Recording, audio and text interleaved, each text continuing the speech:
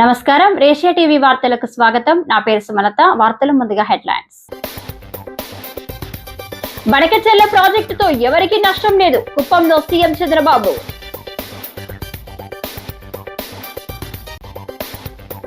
ఆర్పీలో సాంకేతికత అందిపుచ్చుకోవాలి, క్యాబ్లు పంపిణీ చేసిన కంద్ర దుర్గేష్.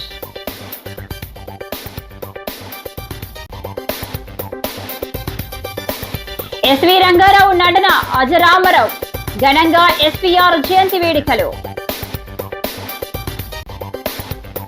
సింగారమ్మ తల్లి గుడి నిర్వాహకులపై దాడి దారుణం, హైకోర్టు న్యాయవాది సూర్యనారాయణ ఆందోళన.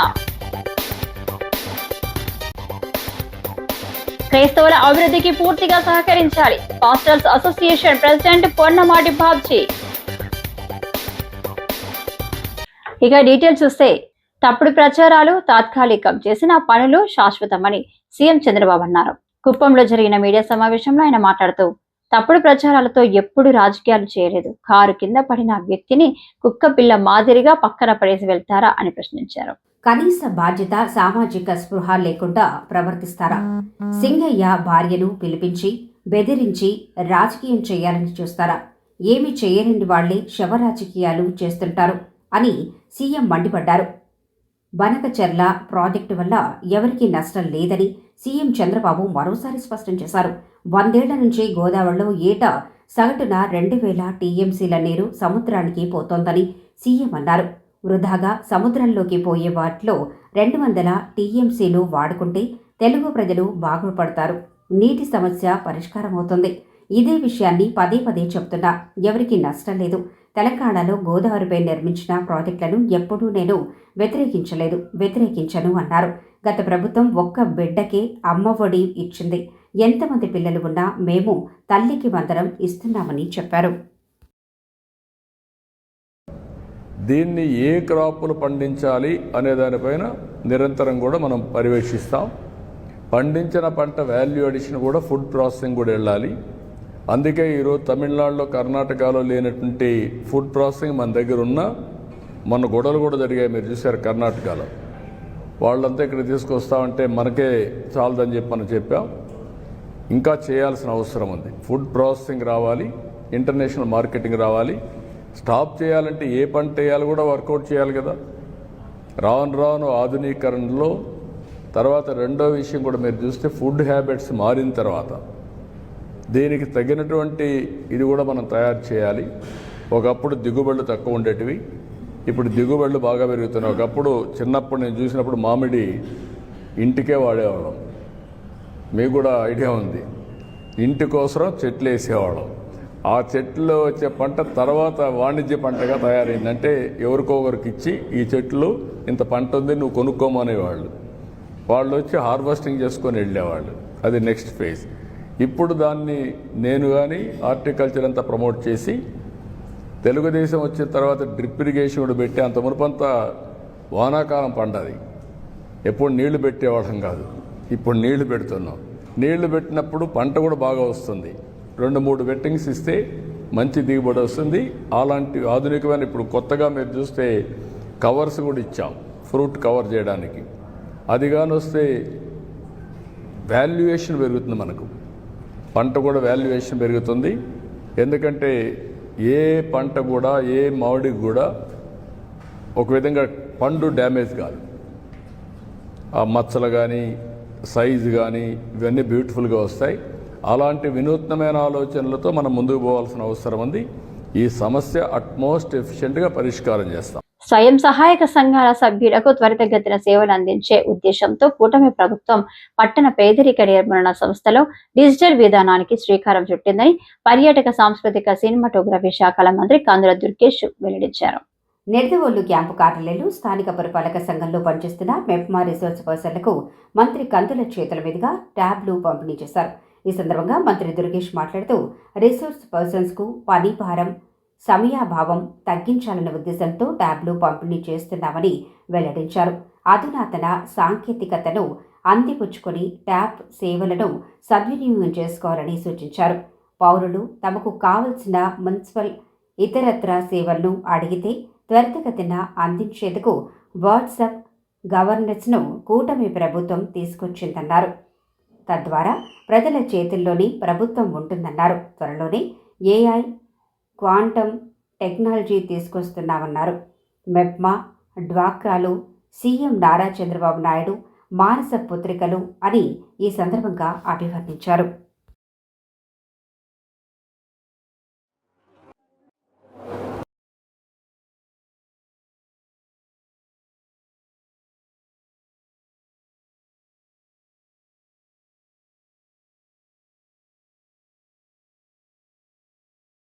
ఏం చెప్పినా కూడా టెక్నాలజీ మీద ఎక్కువ మాట్లాడుతున్నారు.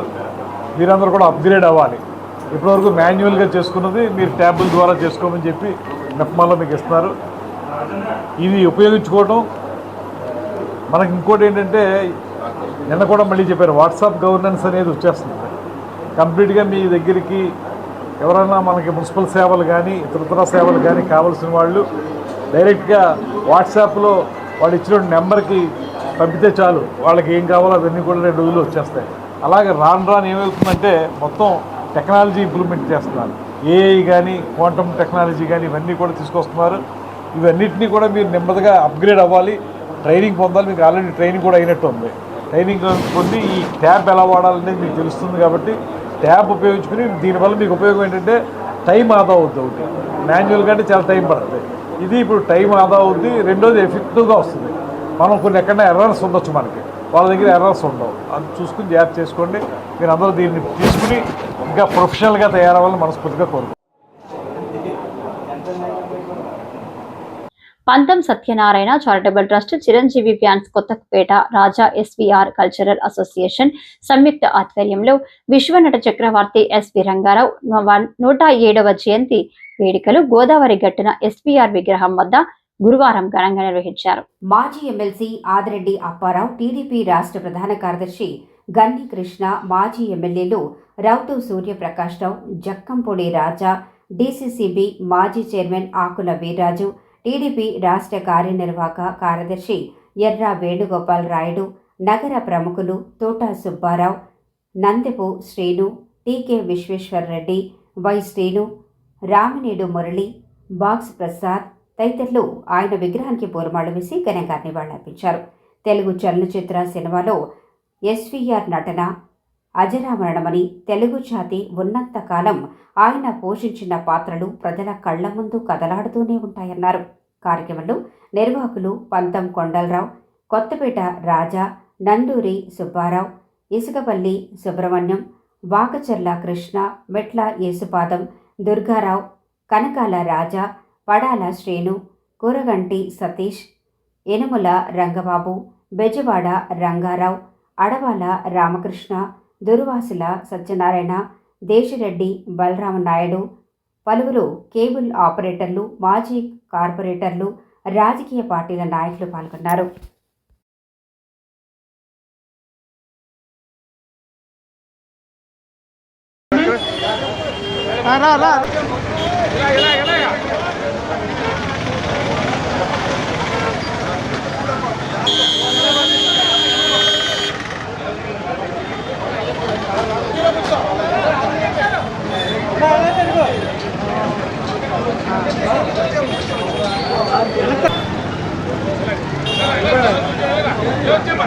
ఫ్రెండ్స్ కానీ వాళ్ళ పదాలు కానీ అందరూ కూడా తర్వాత మన కేంద్ర సూర్య సుందర్ నాయుడు, కేశవ శేషు అందరూ కూడా ఒకసారి పైకి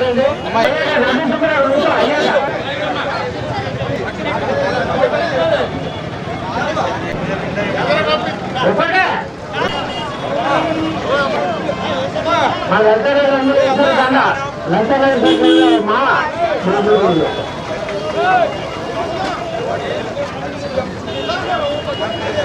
యాభై బొక్కలలో పడాలలో 39 వాటి మనం అందరూ కూడా ఒక టీం అనేది అది అర్థంలో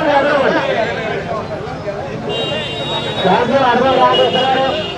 బ్యాంకులు రాంబాబు గారు, మాజీ కార్పొరేటర్లు అందరూ కూడా ప్రభుత్వం తెలియజేస్తున్నాం.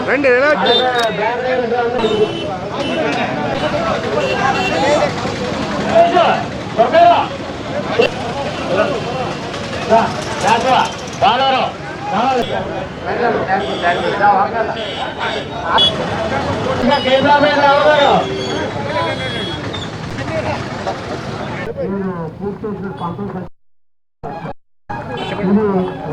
విశ్వవిఖ్యాత నట సార్వభౌముడు సామర్ల వెంకట రంగారావు గారు వారి 107వ జయంతి కార్యక్రమాన్ని 19 సత్యనారాయణ చారిటబుల్ ట్రస్ట్ వారు నిర్వహించడం నిజంగా చాలా అభినందించదగ్గ విషయం. చరిత్రాత్మకమైన సాంస్కృతిక రాజధాని రాజమండ్రి. అటువంటి రాజమండ్రిలో ప్రపంచంలో ప్రఖ్యాత నటుడు ఎవరైనా ఉన్నారని అంటే ఎస్వి రంగారావు గారికి అగ్రతాంబూలం ఇవ్వాలి. అది నేనన్న మాట కాదు, చార్లీ చాంప్లిన్ అన్నాడు. ఎస్వి రంగారావు గారు యొక్క నటన పాతాళ భైరవిలో కానీ అలాగే ఆయన ఘటోత్కచుడు కానీ అన్నీ చూసి నటుడంటే ఎస్వి రంగారావు. ఆయన ఈ భారతదేశంలో పుట్టాడు, అదే ప్రపంచంలో వేరే దేశంలో పుట్టుంటే అంతర్జాతీయ స్థాయికి మరింత గౌరవం లభించేదని చెప్పి అన్నటువంటి మహోన్నత వ్యక్తి. అటువంటి వ్యక్తి యొక్క జయంతి కార్యక్రమం జరగడం నిజంగా సాంస్కృతిక రాజధాని రాజమండ్రిలో ఒక మరుపురాని ఘటనగా భావిస్తూ మరి వారికి 19 సత్యనారాయణ చారిటబుల్ ట్రస్ట్ తరఫున ఎన్నో సేవా కార్యక్రమాలు చేస్తుంది. అందులో భాగంగా ఈ ఎస్వి రంగారావు జయంతి కూడా చేసి రాజమండ్రిని సాంస్కృతిక రాజధానిలో చిత్రపటంలో అత్యున్నత స్థాయికి నిలబెట్టినటువంటి 19 సత్యనారాయణ చారిటబుల్ ట్రస్ట్ని నిండు మనసు అభినందిస్తారు. గోకవరం మండలం మల్లవరంలో సింగారమ్మ తల్లి గుడి నిర్వాహకులు అర్చకులపై దాడికి పాల్పడి గృహాలను ధ్వంసం చేయడమే కాకుండా బంగారం, వెండి ఆభరణాలు చోరీకి పాల్పడిన వారిపై కఠిన చర్యలు తీసుకోవాలని హైకోర్టు న్యాయవాది అయినాపురం సూర్యనారాయణ డిమాండ్ చేశారు. గురువారం ది రాజమండ్రి ప్రెస్ క్లబ్లో జరిగిన మీడియా సమావేశంలో ఆయనతో పాటు గుడిలో అర్చకత్వం చేస్తున్న పసుపులేటి సింగారలక్ష్మి వి సీతామహాలక్ష్మితో కలిసి మాట్లాడారు. సింగారమ్మ చింతగా పేరొందిన అది ప్రైవేటు ఆలయమే అయినప్పటికీ భక్తులు ఇటీవల భారీగా తరలివస్తున్నారని, అమ్మవారికి పూజలు చేస్తున్నారని తెలిపారు. కాకినాడ జిల్లా జగ్గంపేట మండలం మల్లిసాల గ్రామానికి చెందిన కొందరు వ్యక్తులు ఈ ఆలయాన్ని తమ చేతిలో పెట్టుకోవాలని దురుద్దేశంతో ఏప్రిల్ 23వ తేదీ రాత్రి వట్టికోటి వీరరాఘవమ్మ పసుపులేటి సింగారలక్ష్మి వారిపై దాడి చేసి గృహాలను, షాపులను కూల్చివేశారని, బంగారం, వెండి సుమారు 25 లక్షల రూపాయల విలువైన వస్తువులను దోచుకొని పోయారన్నారు. దీనిపై గోకవరం పోలీసులకు ఫిర్యాదు చేసినప్పటికీ కేసు నమోదు చేయలేదన్నారు.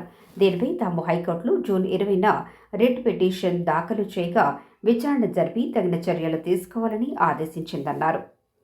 మీకు ఏ బాధ రానివ్వను అని పవన్ కళ్యాణ్ గారు చెప్పారు సార్, కానీ అటు నుంచి కూడా ఏ స్పందన మాకు రాలేదు సార్. పక్క గ్రామమైన మల్లిసాల గ్రామంలో ముండ్రు కృష్ణారావు చౌదరి గారు అని ఉన్నారండి ఒక ఆయన ఎలాగైనా సరే ఆ గుడిని ఆక్యుపై చేసుకుని తన చేతిలో తీసుకోవాలన్న దురుద్దేశంతో మాతో గత 6-5 సంవత్సరాల బట్టి నుంచి మాతో చిన్న చిన్న వివాదాలు ఏర్పడుతున్నాయండి.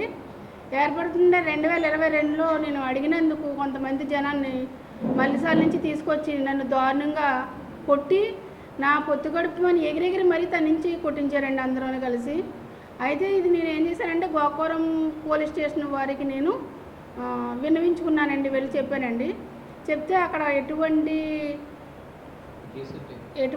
ఇది కూడా లేకుండా పట్టించుకోలేదు, కేసు అది నమోదు అవ్వలేదండి. అవ్వకపోతే నేనేం చేసి కొత్తగా ఈ మధ్యన మన కూటమి ప్రభుత్వంలో ఒక యాప్ ఒకటి పెట్టారండి. దాని ద్వారా నేను ఏం చేశానంటే లోకేష్ గారికి నేను కంప్లైంట్ మళ్ళీ రేజ్ చేసుకున్నానండి. నేను గుళ్ళ అర్చకత్వం చేసుకునే దాన్ని నేను 11 సంవత్సరాల నుంచి అర్చకత్వం చేస్తున్నాను. నన్ను నిర్దాక్షిణ్యంగా బయటకు గంటేసి మీ అక్క పిల్లలకి సపోర్ట్ చేస్తున్నావు, నువ్వు నీకు కూడా ఇక్కడ అర్చకత్వం లేదు, నువ్వు బయటకు పోవాల్సిందేనని బయటకు గంటేశారండి.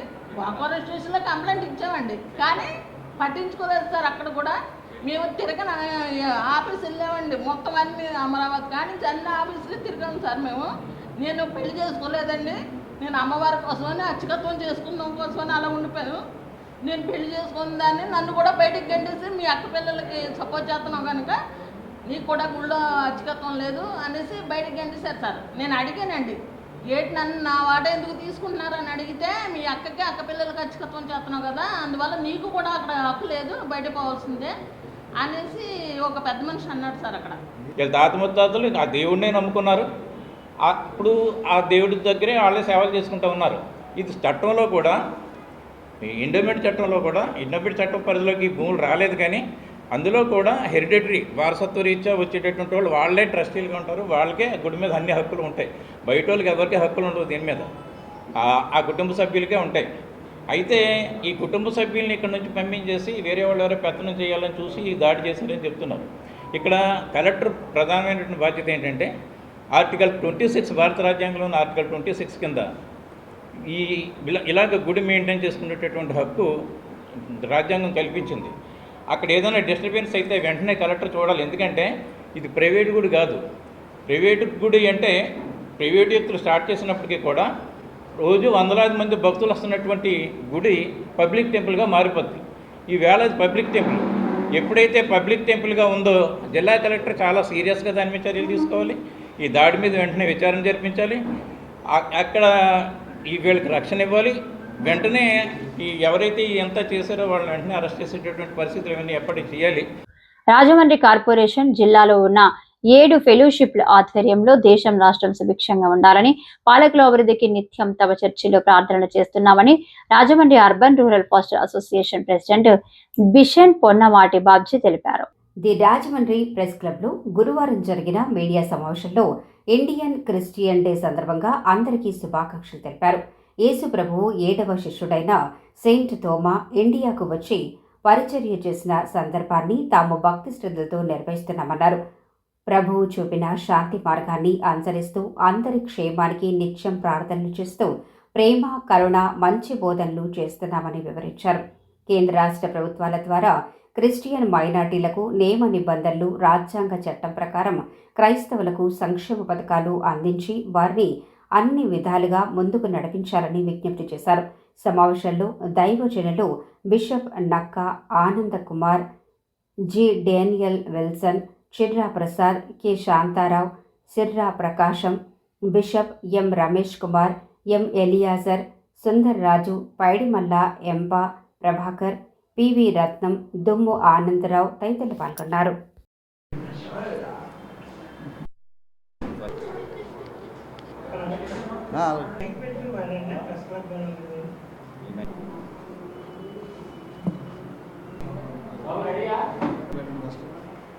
ముందుగా దేవునికి మా యేసుని ఈరోజు ఈ యొక్క రాజమండ్రి ట్రస్ట్ హాజరైన పాత్రికేయులు, పత్రికా విలేకరులు ప్రారంభించింది యేసుక్రీస్తు ప్రభు శిష్యుడే. ఇతరాతర దేశాలలో సర్వందరికీ మేలుకరమైన మంచి బోధలు మా చర్చిలో బోధిస్తున్నాము. బోధించుతున్న మాకు సంవత్సరాలు, అలాగనే ఇటీవల నూతనంగా ఏర్పాటు చేసిన ఈ సంవత్సర కాలంలో ఎన్నికైన మంజూరు చేస్తున్నారు. వాటిని కూడా మా ఇండియాలో ఉన్న క్రైస్తవులకు మాకు కూడా మీ అండదండలు ఉండాలని మరి ఇండియన్ క్రిస్టియన్ డే తరపున మీ అందరికీ శుభాకాంక్షలు. పత్రికేయులకు అలాగనే మీడియా యేసుక్రీస్తు ప్రభుతో పాటు ఉన్న శిష్యులలో 7వ శిష్యుడు, ఆయన పేరు తోమా, సెయింట్ తోమా అని అంటాం. ఆయన ఇండియాకు వచ్చిన మొదటి రోజుని జూలై 3వ తారీఖుని 2021 నుండి నేటి వరకు ప్రపంచ క్రైస్తవ నాయకులు, మా పెద్దలు, ఆల్ డినామినేషన్ క్రిస్టియన్ లీడర్స్ అందరూ కూడా ఈ దినాన్ని పర్వదినంగా ఏర్పాటు చేశారు. కనుక ఈరోజు రాజమండ్రి నగరంలో Rajahmundry urban and rural pastors association వారు, అలాగనే 7 ఫెలోషిప్ల వారు అందరూ కలిసి ఈ యొక్క శుభాకాంక్ష చెప్పడానికి మేము చేరాము. మరి మా చర్చిలలో ఇండియాలో ఉన్న చర్చీలు, ఆంధ్ర రాష్ట్రంలో ఉన్న చర్చీలు ప్రతి ఆదివారం మరి దేశ నాయకుల కొరకు, స్వాతంత్ర సమరయోధుల కొరకు, అలాగనే ముఖ్యంగా దేశ సరిహద్దుల్లో కాపలాగా వస్తున్న మిలిటరీ దళం వరకు వారందరి కొరకు మేము ప్రార్థన చేస్తాం ప్రతి ఆదివారం.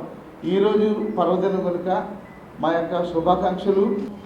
ఇండియన్ క్రిస్టియన్ డేగా వారి యొక్క చేసినటువంటి పరిచర్యలు ఇంకా కొనసాగడానికి ఇచ్చినటువంటి ఈ డే, ఈ ఫలభరితమైన శుభకరమైనటువంటి ఈరోజు క్రైస్తవులైనటువంటి భారతదేశంలో ఉన్న క్రైస్తవులైనటువంటి మేమందరం కూడా ఈనాటి భారత ప్రభుత్వం కొరకు, ఆంధ్రప్రదేశ్లో ఉన్నటువంటి ప్రభుత్వం కొరకు, భారతదేశంలో ఉన్న వివిధ మరి శాఖలకు, మతాలకు చెందినటువంటి మరి భిన్నత్వంలో ఏకత్వం ఉన్నట్టుగా అందరూ ఐక్యతగా భారతదేశంలో ఉండి మనమంతా భారతీయులుగా వర్ధిల్లాలి. క్రీస్తు శకం మొదటి శతాబ్దంలో 52వ సంవత్సరంలో అడుగుపెట్టి పరిచర్య ప్రారంభించారు.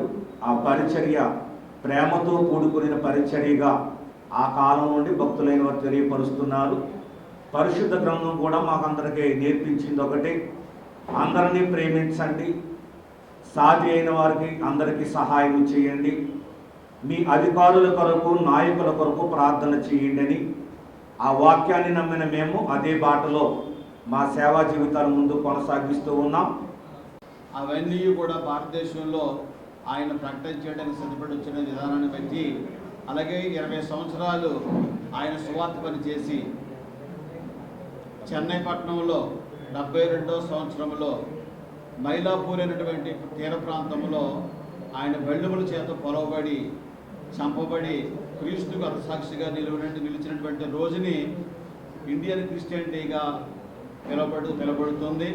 జనసేన పార్టీ అధ్యక్షుడు ఉప ముఖ్యమంత్రి కొణిదెల పవన్ కళ్యాణ్ నటించిన ప్రతిష్టాత్మక చిత్రం హరిహర వీరమిల్లు ట్రైలర్ ఆవిష్కరణ కార్యక్రమం స్థానిక సాయికృష్ణ థియేటర్లో అనుశ్రీ సినిమాస్ అధినేత శ్రీ అనుశ్రీ సత్యనారాయణ ఆధ్వర్యంలో నిర్వహించారు.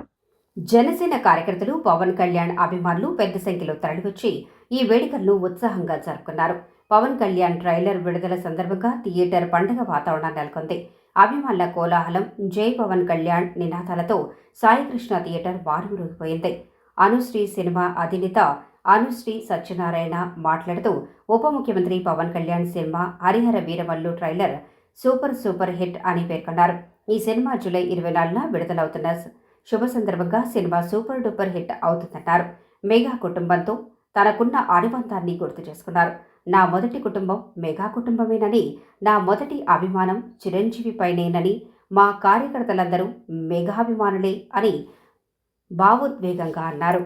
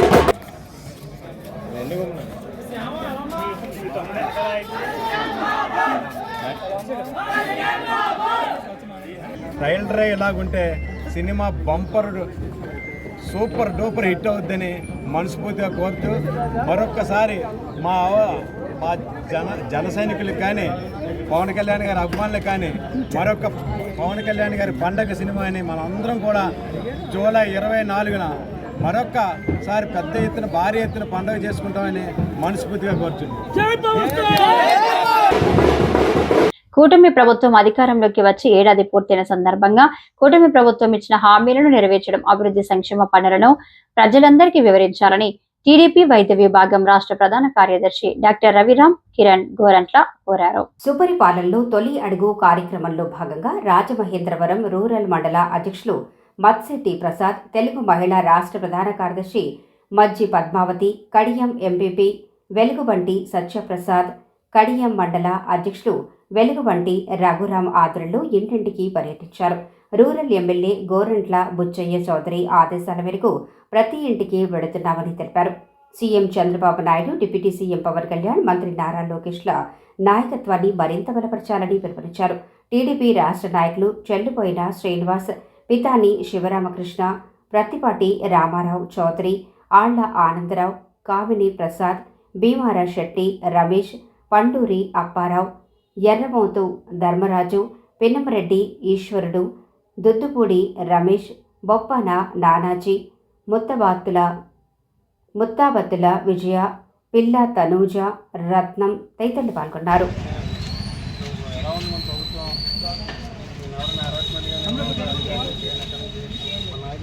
అందుబాటులో ఉన్నారు. కుటుంబ నాయకులు చంద్రబాబు నాయుడు గారు ఇచ్చిన హామీలన్నీ కూడా అన్నీ నెరవేర్చి రావాలని పలికినాం. ఆయన కూడా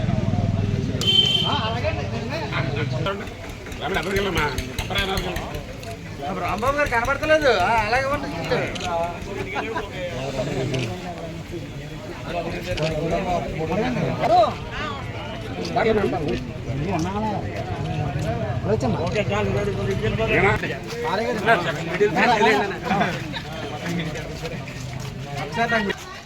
కోర్జిల్లాలో మన వస్తారు మౌనరా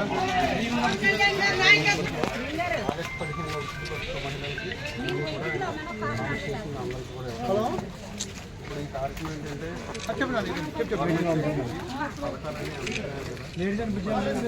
గత వైసీపీ ప్రభుత్వంలో స్మార్ట్ మీటర్లు బిగిస్తున్నప్పుడు లోకేష్ స్మార్ట్ మీటర్ బిగిస్తే బద్దలు కొట్టాలని పిలుపునిచ్చారని, ఆయన పిలుపును పూర్తిగా తీసుకుని నేడు రాజమండ్రిలో బిగిస్తున్న స్మార్ట్ ఫోన్లను బద్దలు కొట్టాలని సిపిఐ జిల్లా కార్యదర్శి తాటిపాక మధు అన్నారు.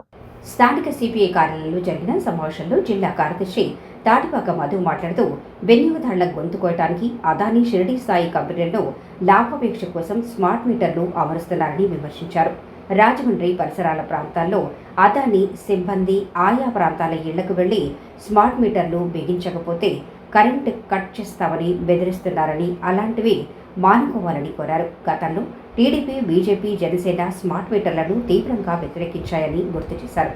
స్మార్ట్ మీటర్లకి వ్యతిరేకంగా 5న జరిగే ధర్నాకు రాజమండ్రి ప్రజలు పెద్ద ఎత్తున పాల్గొన్నారని వెలువరించారు. సిపిఐ నగర కార్యదర్శి బి కొండలరావు, టౌన్ కమిటీ సభ్యులు పి లావణ్య, చింతలపూడి సునీల్, త్రిమూర్తులు పాల్గొన్నారు. వాళ్ళ రాష్ట్రంలో మాత్రం స్మార్ట్ మీటర్ బిగించట్లేదు, మరి ఇక్కడ ఎందుకు బిగిస్తున్నారు? మరో పక్క విజయవాడలో సిరి వ్యాపారులకి స్మార్ట్ మీటర్ బిగిస్తారు, అందరూ గోల్ చేస్తున్నారు, కాదు విజయవాడ ఎంక్వైరీ చేయాలి. కానీ మరి ఇలా బిగించడం అంటే నేను ఒకటే అడుగుతున్నాను, స్మార్ట్ మీటర్లు బిగిస్తే కరెంట్ ఛార్జీలు తగ్గుతాయా? ఇప్పుడు ఎలాగ వస్తాయో అలాగ వస్తే మీరు హామీ ఇవ్వగలరా? ఇది టోటల్గా వినియోగదారుల మీద పెద్ద ఎత్తున భారం వేసి మనల్ని మొత్తం మన జీవితాలను నాశనం చేయడం కోసమే ఈ స్మార్ట్ మీటర్లు. ప్రజలారా ఒక్కసారి ఆలోచించండి. ఎందుకంటే ఈ మాట చెప్తానంటే, జియో ప్రవేశపెట్టినప్పుడు అందరికి ఫ్రీ నెట్ ఫ్రీ అని చెప్పారు. అందరూ ఫోన్లు చూసుకుంటూ జియో జియో జియో అన్నారు. ఇప్పుడు జియో ఎంత పెరిగిందో మీరు చూసేయమన్నారు. అందుకని మనల్ని మోసం చేయడానికే బంపర్ ఆఫర్ చెప్తున్నారు. మీరు నమ్మకంటే స్మార్ట్ మీటర్లు బిగిస్తే బద్దలు కొట్టండి. మేము సిపిఐ రమ్మంటే మేము వస్తాము. ఈ నెల 5న స్మార్ట్ మీటర్ జరిగే ధర్నాకు మీరందరూ తరలి రావాలని కోరుతున్నాం. ఈ వార్తలు ఇంతటితో సమాప్తం. నమస్కారం.